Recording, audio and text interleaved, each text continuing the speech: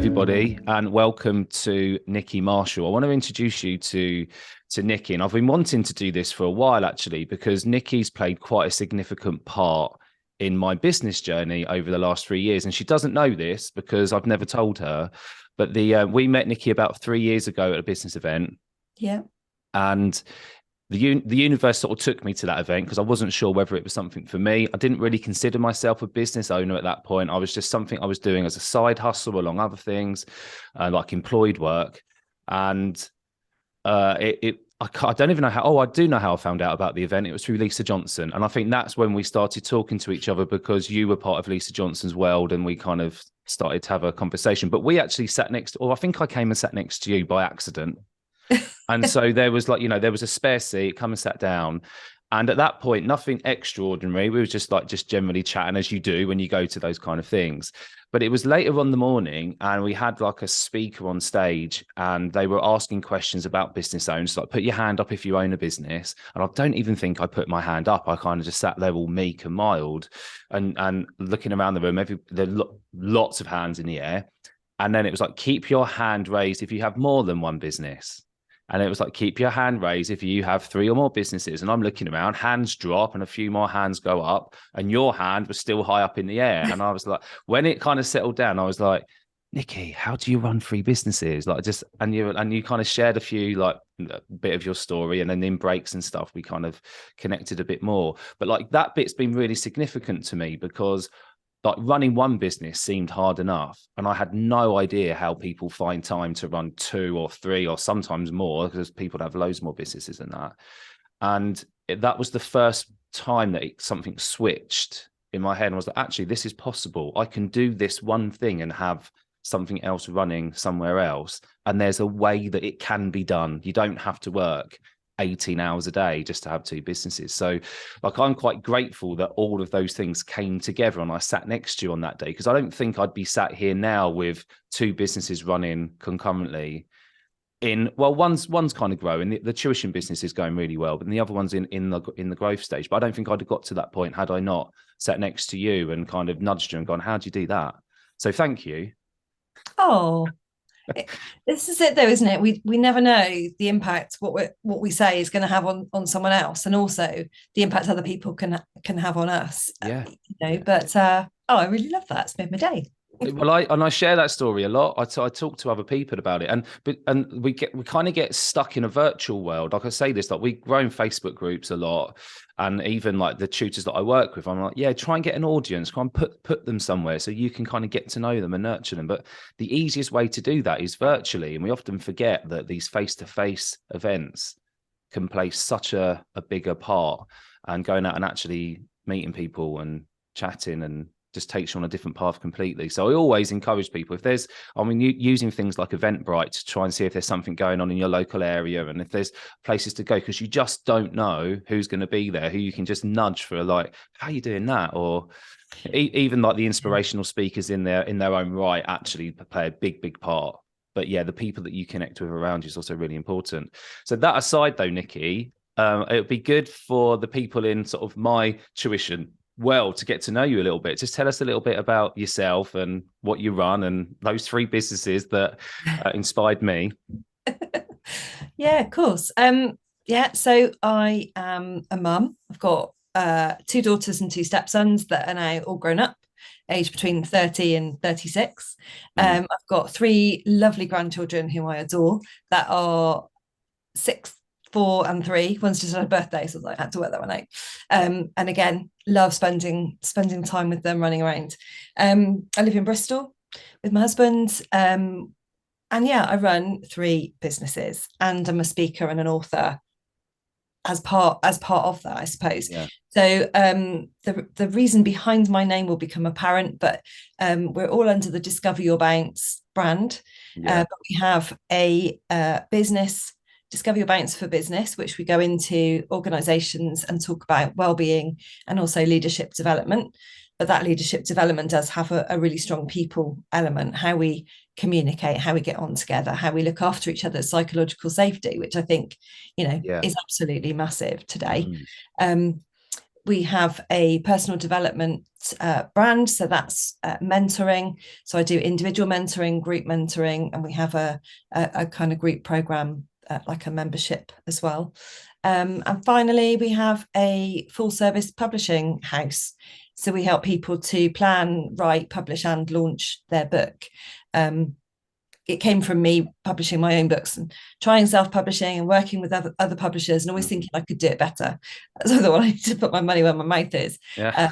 And the book we launched this week that I actually wrote in as well went to bestseller, number one bestseller in 3 categories, and it was bestseller in all 6 of its categories. So that, yeah, It's amazing, isn't it? it's like Christmas when that happens. Sure. Yeah, it's amazing. So you got these 3 businesses. I mean, there's you said a lot there about, being a quite a large family by the sounds of it now, and it sounds like it's growing as well there, Nikki. Yeah. There was a moment, the thing that I remember about chatting to you kind of in between the speakers and the events, and the after the events, you're saying about like you'd run businesses before this event, but there was an event that happened in your life that kind of made you stop and go, I need to create this next bit. This next bit's about creating the dream job, I think you call it, or the dream life. Yeah, and it's funny, isn't it? So we were talking earlier about uncertainty and about how when we do something, we think we need to stick at that thing, when actually sometimes that thing will lead you on to the thing that you were supposed to be doing, but you don't realize it at the time. So my background, I'm a management accountant by sort of trade, as it were. Started in finance, trained to be an accountant, and I'd got this job as company accountant of a security company with a 3 million turnover, the office in the corner, really thought I'd made it. And actually I was miserable. My marriage had just broken down. I was a single parent for the first time, trying to run this big job, as it were. And at the end of every day, I used to just scoop everything off my desk into my bag, go do the school run, put the kids to bed, have all that time with them. And then about 8 o'clock, usually with a glass of wine, get everything out of that bag and go, how am I going to pretend that I know what I'm doing tomorrow? And that was my existence. Yeah. I did do that for 5 years, but I always had this idea of business. And so in the background, as you say, started as a side hustle. I was training. I did Indian head massage, Reiki, reflexology, got A-levels in anatomy and physiology. So more studying. I did the equivalent of 4 A-levels in a year. And again, this is the thing, isn't it? When you're really focused on what you need to do, you kind of make it happen. Yeah. But sometimes there is a trade-off, and definitely my stress levels, I could feel my own heartbeat sometimes. I was thinking, I was only like 34 at the time, thinking that can't be right. That's not normal. But finally left that job, told my boss I'd rather shelf stack in Asda than spend another minute in his company, which was a good moment for me. Good moment.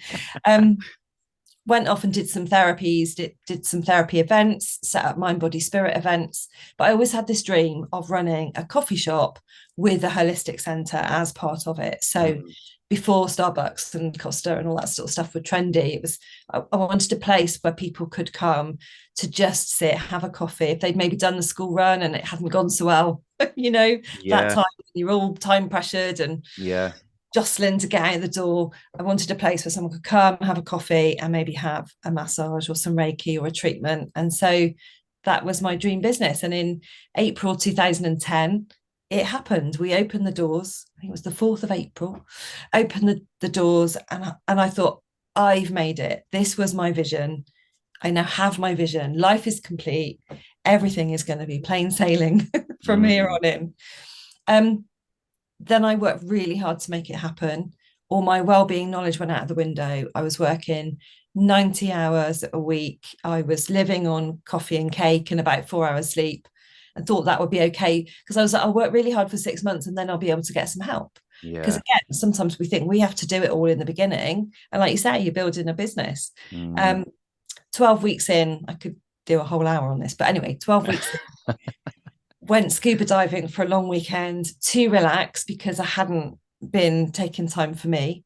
Should have just gone and sat on a beach somewhere, to be honest. Went scuba diving, and that scuba dive caused a muscular, skeletal and cerebral bend, and the cerebral bend caused a stroke.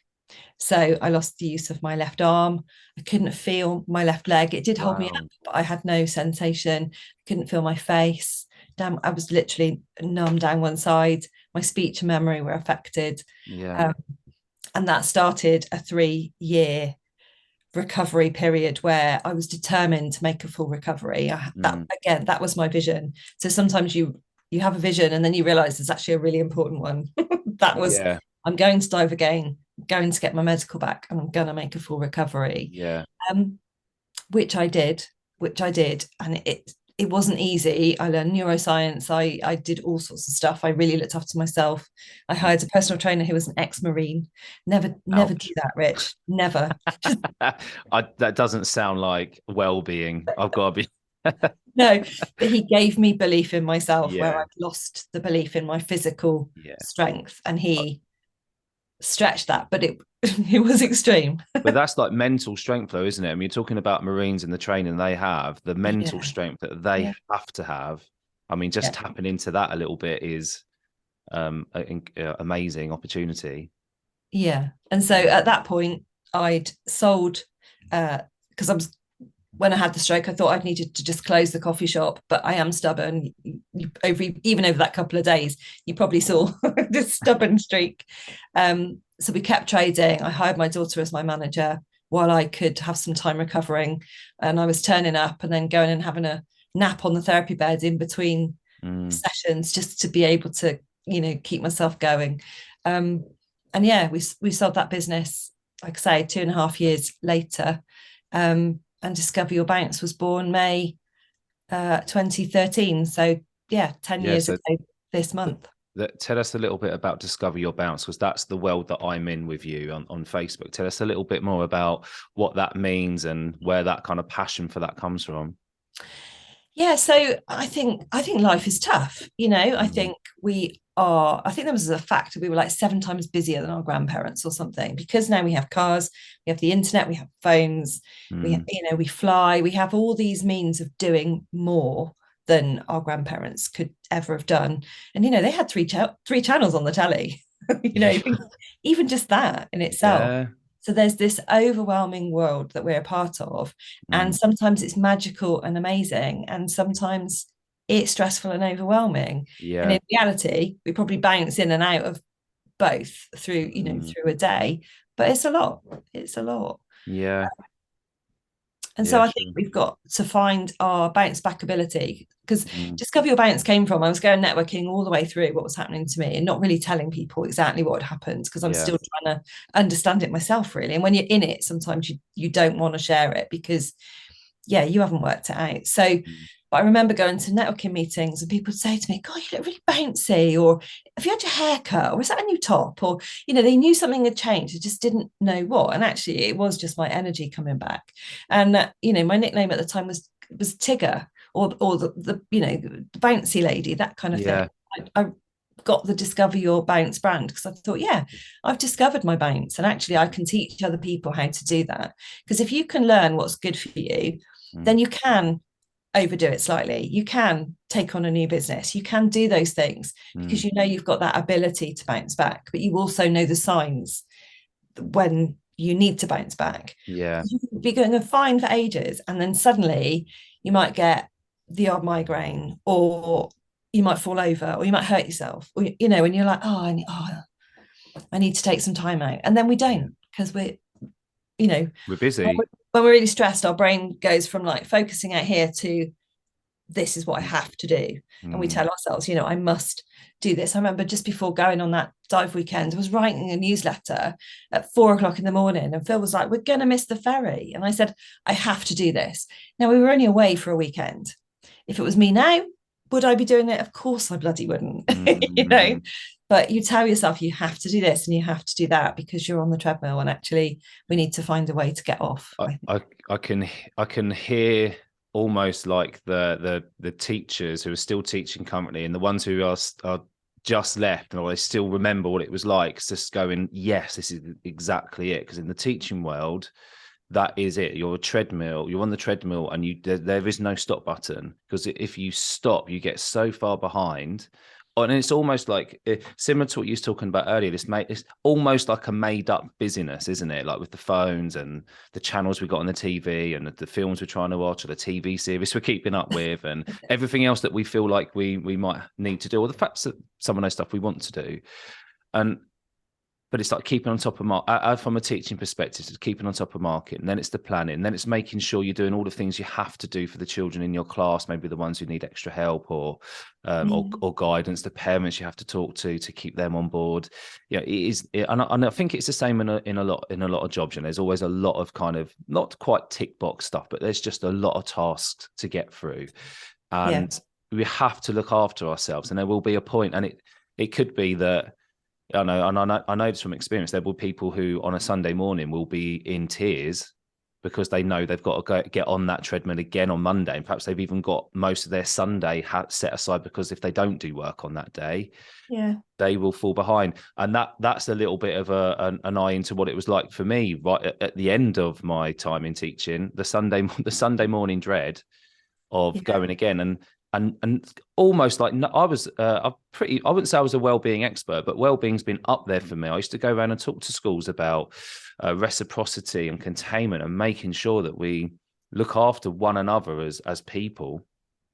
But that goes out the window. Like you don't think about those things when you're in the middle of being overwhelmed.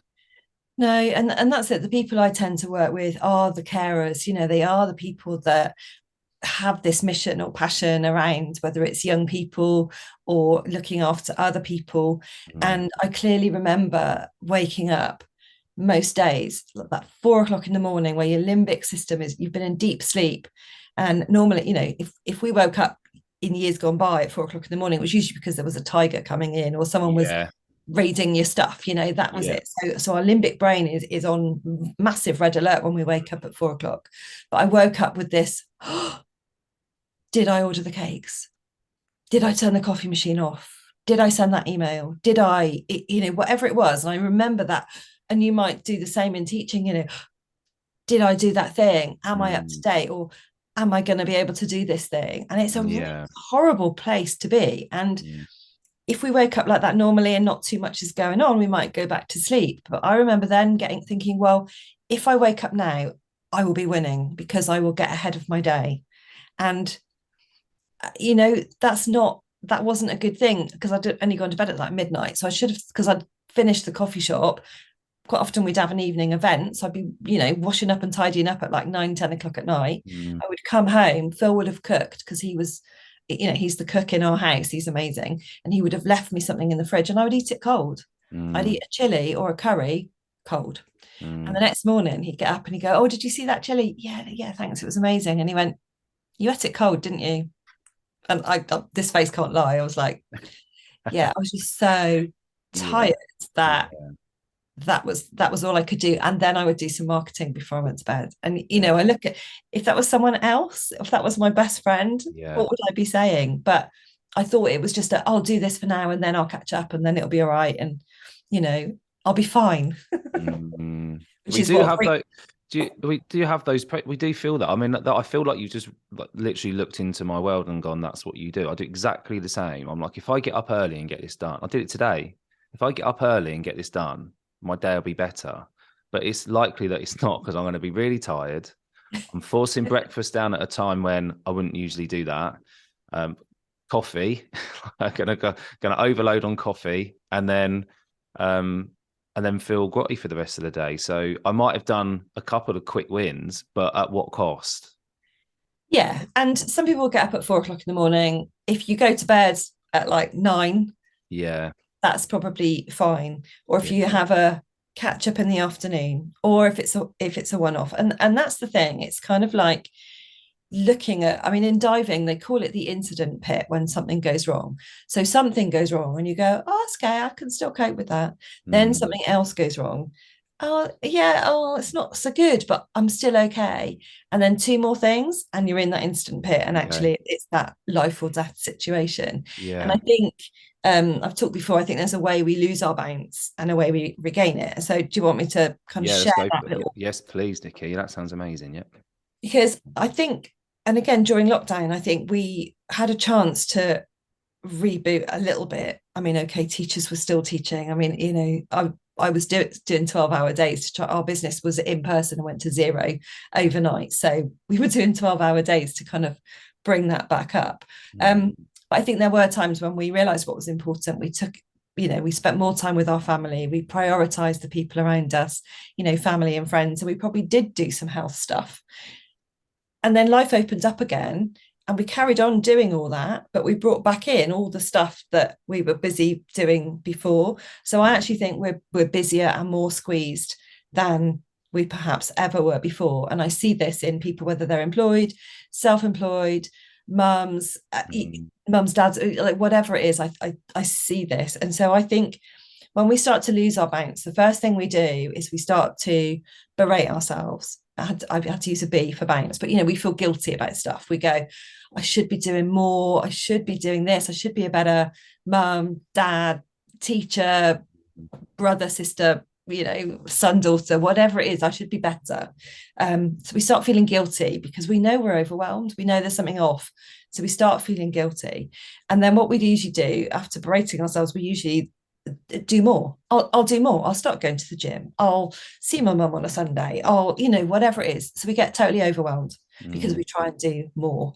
And then life starts to feel like an uphill struggle. And if a car's in the wrong gear going uphill, it starts to whine.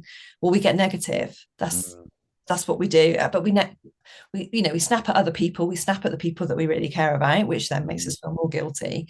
But also our internal voice gets horrendous.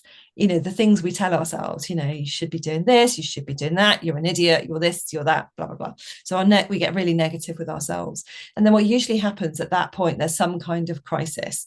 You get an Ofsted inspection, for example, or, one of your kids is ill, or your car goes wrong, or whatever it is. And we just end up exhausted because it's like the straw that broke the camel's back. We're just, oh, who am I trying to kid? I'm done. I remember saying that after the stroke.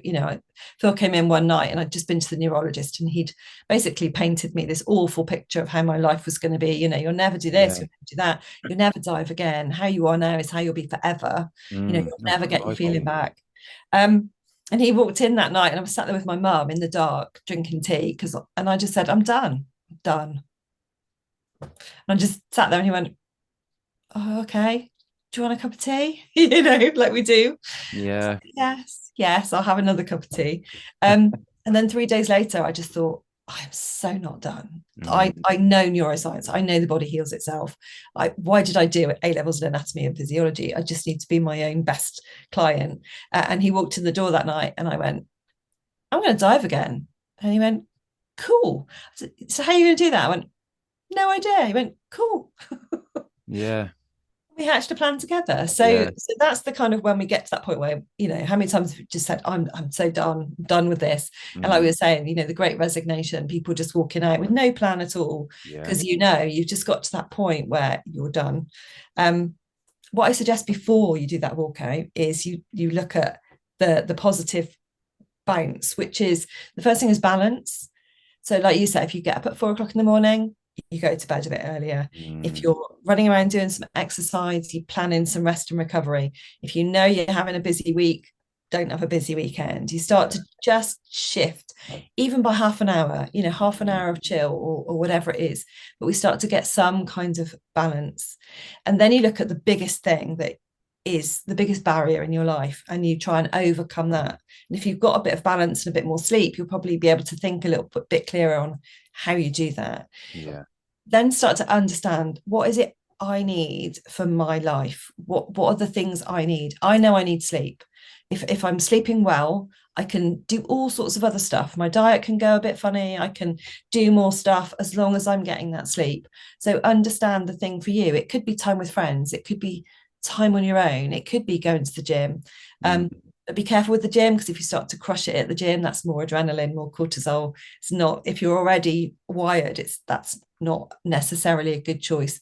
Yoga and walking and swimming and like those things that just allow us to chill a little bit more. So understand what makes you tick. And then the N is for nurture. Be kind, be your own best friend, and start just thinking, what would I do? Or how would I help my friend? Maybe I would give them a break. Maybe I would try and let them, think that they don't have to be perfect at Yeah. everything. And then the C is choice. So choose, say no to some stuff. We're really bad at saying no. We think we have to squeeze it all in somehow. But actually, now, if I get a time when I'm overwhelmed, I cut my diary in half for 2 weeks. I look at everything and I go, I'm going to do half of that. What half is important? And actually, you will find that there are some things that you're doing that aren't necessarily taking you, is this taking me towards my goal or away from my goal? It's Because like, there are things we do for other people or that yeah. aren't actually what we need to do.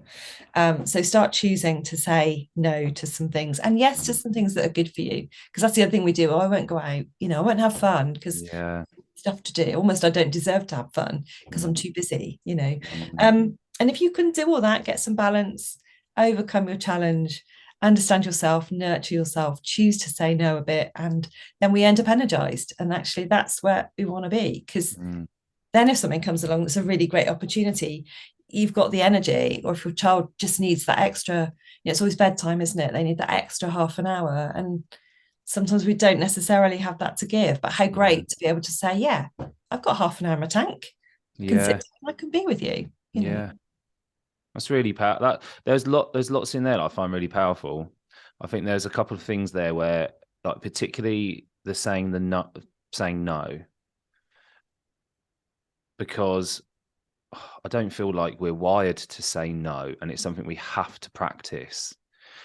And the power of no, once you've done it a few times, you'll just go, I can't believe I haven't done this before. And I think I'm talking to all the teachers again, don't be afraid to just go, no, this isn't serving me or my class or the children that I'm working with.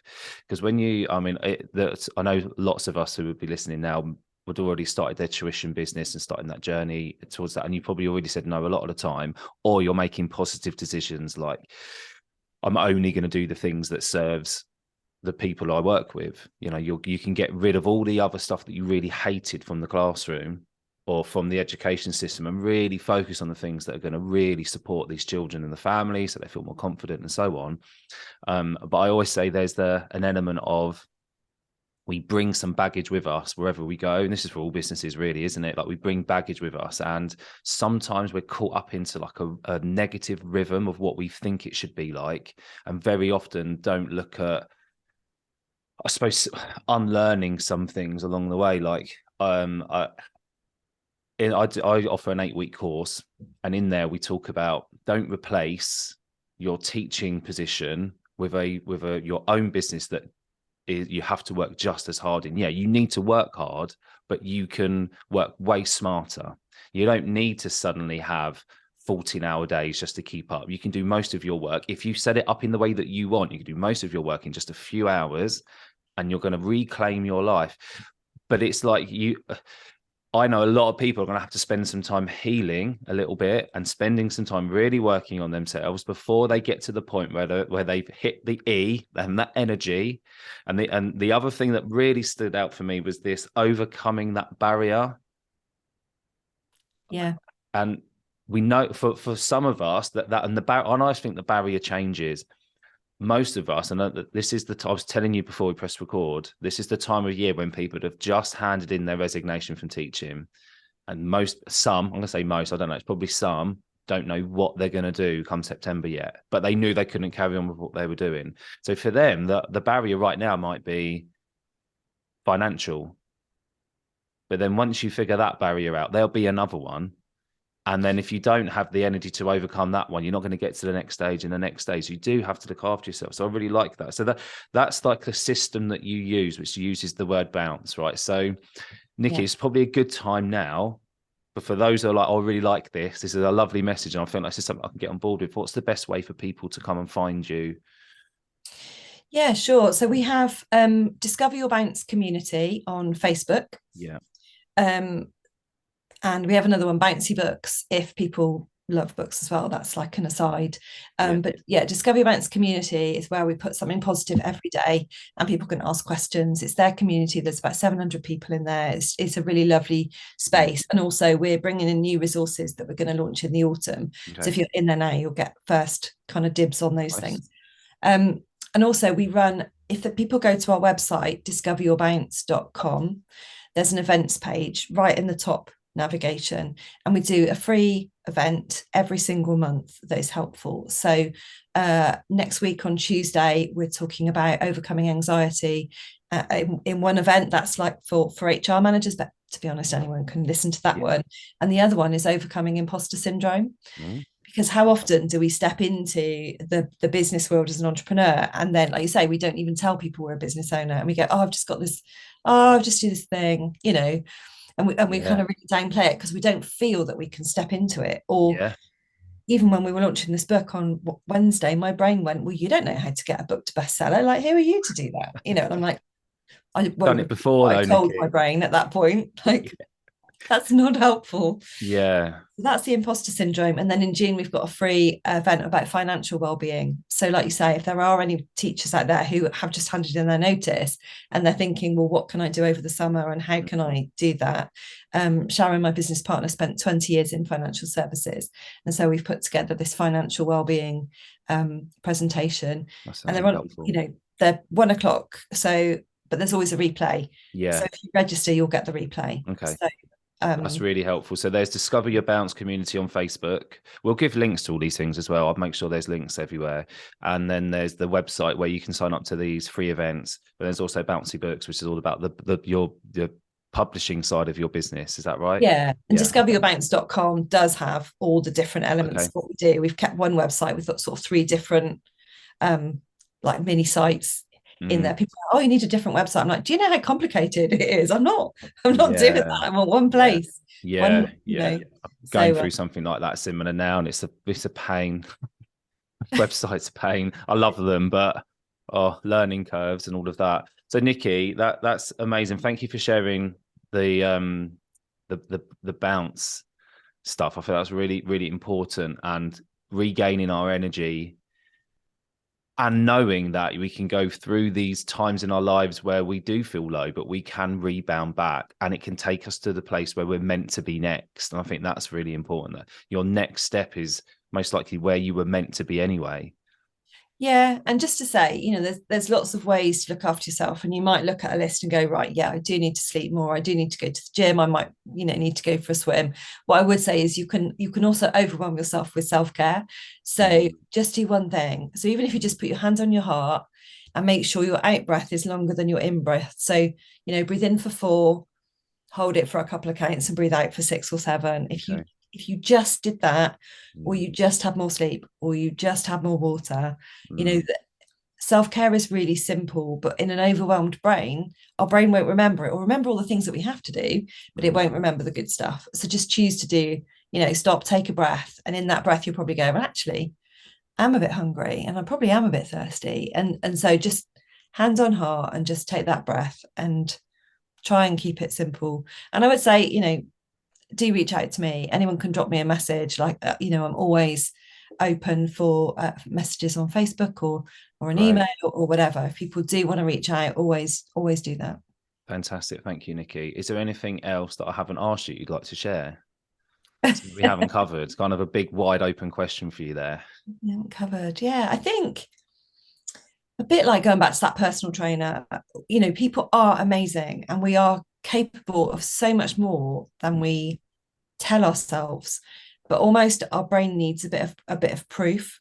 So do remember your wins, because again, you get this serotonin and dopamine boost, which are our feel-good hormones, when you just tell yourself you've done a good job, or look back over the week and actually clock what you've done. Because, and I'm so guilty of it myself, you know, we do something, we get somewhere, and then we go, right, what's next? Have that pause just to look at, you know, what you do and who you are, because then you can enjoy that journey, because that's what it's all about, isn't it? You know, it's not about when we get there, you know, it's about the journey, not the destination. And we've all heard it, but just taking some time to appreciate, you know, like you say, on a daily basis, you might not have done your marking, you might not have done this, but maybe you've made that child feel safe or important. And it's just tuning in, you know, tuning into the good, because I think there's so much of life that will remind you of all the things that you haven't done and all the bad in the world and everything else. But gratitude and appreciation, you know, just sitting down and going, I did a good thing today, is just epically important. Would you write them down, or would you just do it reflective? Or do you write them down? The ideal to help you sleep at night is to write down 10 good things that have happened to you Okay. that day. And I used to write them in a journal, but now as I get into bed, turn the light off, get cozy. And then I start thinking, I just kind of run a little movie of my day and Okay. just think. I showed a friend around Bath City yesterday and I'd forgotten how beautiful it was. And Yeah. I grew up there, I lived there. I was like, Mm. how did I forget that? So yeah, sometimes I just run a little, but Okay. play over and just go, yeah, I did a good thing. Mm. Um, More serotonin means you'll sleep deeper for longer, and serotonin regulates our sleep, our appetite, and our mood. That's Right. massive, isn't it? And It it's just is. a simple thing of just feeling that you did a good thing. Do you know what I love about this? This is when I was saying about the well-being stuff earlier that I used to do with schools. A lot of that was about what's happening in the brain when we're doing those kind of things. And if you take it down to the right, what I used to call just it's the biology of what we're doing. And often, like when we see behaviors in children, we see it as a behavior rather than as a response in the brain and things like that. So I Mhm. think when you change it from the behavior into what's actually happening inside your body, and this is the reasons why these hormones are so important, people go, okay, that makes sense to me now. I can kind of see beyond the physical realm into kind of, I suppose, the unknown, some of the the what's happening on a neuro level. But we understand most of those things to the point where serotonin is going to be really good for us, and we know that if we're firing cortisol out, that's not going to be so good on a if we did it every single day in a huge spikes. So I feel like that's a really helpful analogy for us to understand why this stuff actually works and why it's important. Yeah. And just one more thing, I know we are coming to the end of our discussion, but one more thing was they about trauma. They did a study around PTSD, and they looked at why some people got PTSD and some people didn't. And they were saying that if something traumatic for you happens, it might not seem traumatic to someone else, but thinking about children here, if Yeah. something traumatic happens and we get the love and kindness we need in that moment and the reassurance in that moment, then PTSD isn't going to kind of be part of that. And the same as with the stress response. So, if something happens to a child, just learn it with my grandchildren, oh, it's Mm. okay to be sad. It's okay to cry. That must have been really scary for you. And just, rather than, oh, no, I was always taught, oh, no, no, don't cry, stop crying.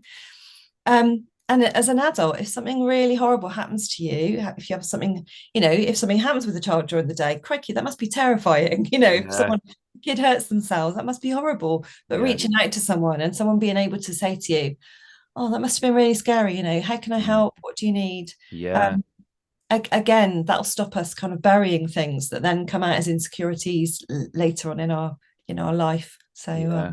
Yeah. That's really helpful. Again, yeah, reframing, making sure people understand what they're feeling. You can't always get them to understand why, but the fact that you can just go, it's all right.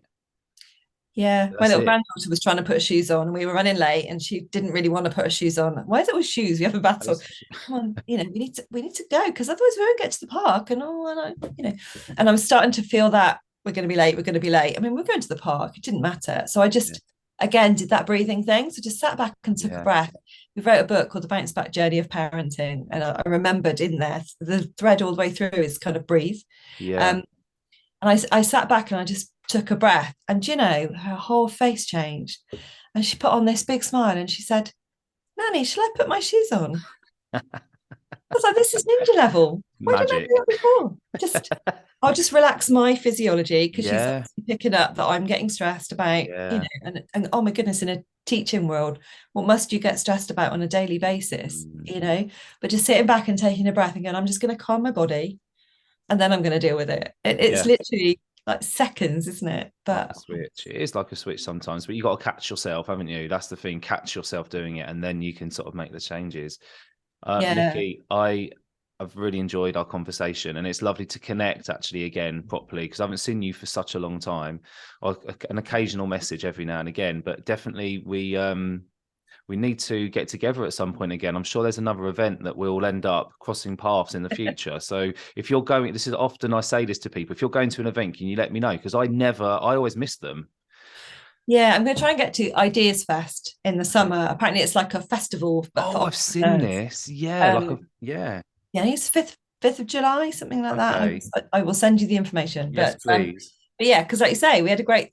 Sometimes you sit with someone and it's just great to chat, and Yeah. then like you say, you go off and do your life, and Yeah. um, but yeah, definitely keep Make our in. paths cross again. So thank you so much, and I hope this is helpful to everybody else who have listened. I'll make sure all the links are available for you to click on and go and find Nikki and go and live in her world for a bit. Let her support you in this way, because it's really an amazing topic to get involved with, not just for, and it will be for you, but also if you are helping others, and lots of us are in the tuition world, it is about you, but it's also about how you can use some of these messages to support the people that you work with as well, because it has a knock-on effect to everybody else around you as well.